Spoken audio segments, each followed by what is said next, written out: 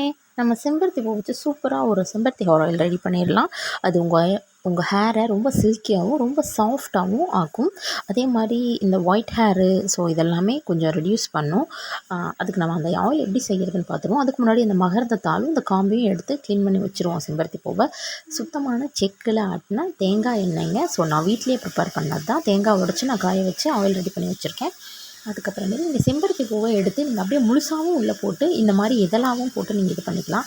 இல்லைன்னா நான் அதை பொடி பொடியாக நறுக்கி நான் அதில் ஆட் பண்ணியிருக்கேன். நீங்கள் அதே மாதிரி பொடி பொடியாக கட் பண்ணியும் நீங்கள் அதில் ஆட் பண்ணிக்கலாம். ஆயில் தயவு செஞ்சு அதை சிம்மில் வச்சுருங்க. நீங்கள் ஹை ஃப்ளேமில் வச்சிங்கன்னா நீங்கள் வச்சுட்டு ஒரு 5 செகண்ட்ஸ்லேயே அந்த பூ எல்லாமே தீஞ்சு போய் எண்ணெயோட வாசனை ஸ்மெல்லே மாறிடும். அப்படி பண்ணிடாதீங்க. சிம்மிலையும் வச்சுக்கோங்க. சிம்மில் வச்சுட்டு அந்த நுரையெல்லாம் அடங்குற வரைக்கும் நீங்கள் அதை குக் பண்ணுங்கள். ரொம்பவும் ஆயிலை குக் பண்ணிங்கன்னா ஆயில் இருக்க மொத்த ஸ்ட்ரென்த்துமே போயிடும். ஃபஸ்ட்டு ஆயிலை குக்கே பண்ணக்கூடாது அப்படிம்பாங்க. நமக்கு செம்பருத்தி பூவோட பெனிஃபிட்ஸ் இறங்கணும். நம்ம அப்படியே பச்சையாக போட்டோன்னா சிக்கு வாடை அடிக்கும். கொஞ்சம் ஒரு நைட்டு போட்டுட்டு நீங்கள் காலையில் பார்த்தீங்கனாலே எண்ணெய் அப்படி ஆகிடும். 1 டே ஃபுல்லுமே விட்டுடுங்க. அதுக்கப்புறமேலு ஒரு பவுல் வச்சு நீங்கள் ஃபில்ட்ரு பண்ணி எடுத்துக்கோங்க ஆயிலை. செம்பருத்தி பூவில் அடியில் அழகாக நின்றுடும். எண்ணெயெல்லாம் மேலே தெளிஞ்சு வந்துடும். சூப்பராக நம்ம ஃபில்ட்ரு பண்ணி எடுத்துருவோம்.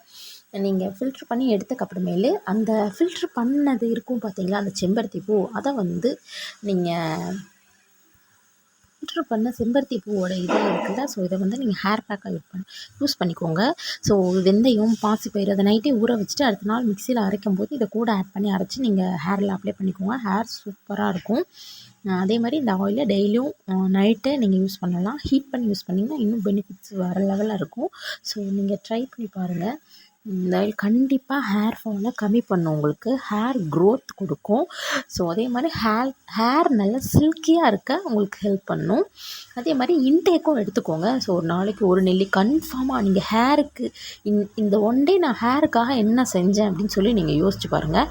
ஹேருக்குன்னு நீங்கள் கண்டிப்பாக ஏதாவது ஒன்று ரெகுலராக எடுத்துக்கோங்க. கண்டிப்பாக அது உங்கள் ஹேரை ஹெல்த்தியாக ஆக்கும்.